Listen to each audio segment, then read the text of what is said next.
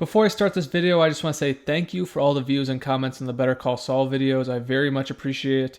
If you want more Saul content, feel free to leave video ideas in the comments section. I was thinking about maybe doing a top 10 most dangerous characters between Breaking Bad and Better Call Saul. I thought that could be kind of cool, but if you're interested in more Season 6 possibility videos, just let me know. Now getting into today's topic, I really got into movies about 5 years ago, and ever since that time, my interest has always been for modern films. Movies like No Country for Old Men, Inside Llewyn Davis, Whiplash, Nightcrawler.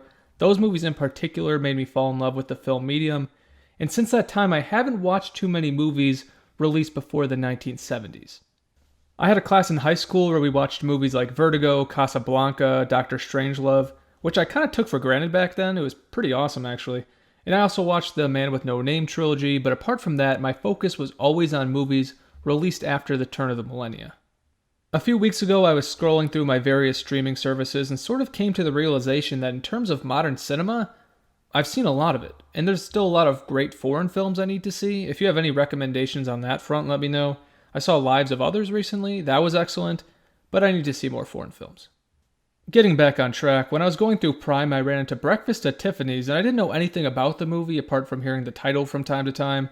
But it was between that and Extraction, and although I've heard some okay things about Extraction, I sort of figured it'd be Chris Hemsworth going around shooting a lot of people, which is fun, but there's no shortage of movies with a similar framework. To my surprise, I got more enjoyment out of Breakfast at Tiffany's than I've gotten from a modern movie in a long time. There are aspects of the movie that are sort of silly, like Audrey Hepburn getting out of bed in full makeup and various other things, but there was a lightness to the movie which made it very hard not to enjoy. It was a lot funnier than I thought it would be, a lot of the humor is really clever and subtle, and you can tell the actors are just having a lot of fun. From a cultural perspective, the atmosphere is very relaxed. For instance, the movie begins with a guy named Paul who moves into an apartment building, and he needs to make a phone call, so he goes to his neighbor, who is Audrey Hepburn's character Holly, and she doesn't even think twice about helping the guy. They sort of hang out for a little bit, become friends, and then he just leaves. There's something strangely satisfying about people having a lighthearted, friendly encounter, and then just going their own ways. You don't see that much in modern movies.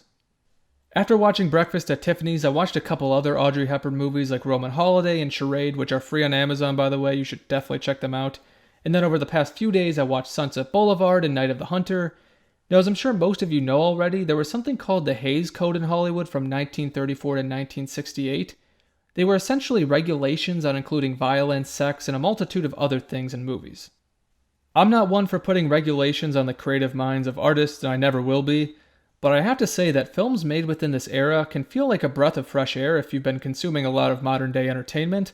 Out of my favorite TV shows that are still running, Better Call Saul, Ozark, Killing Eve, they're all about the lives of criminals.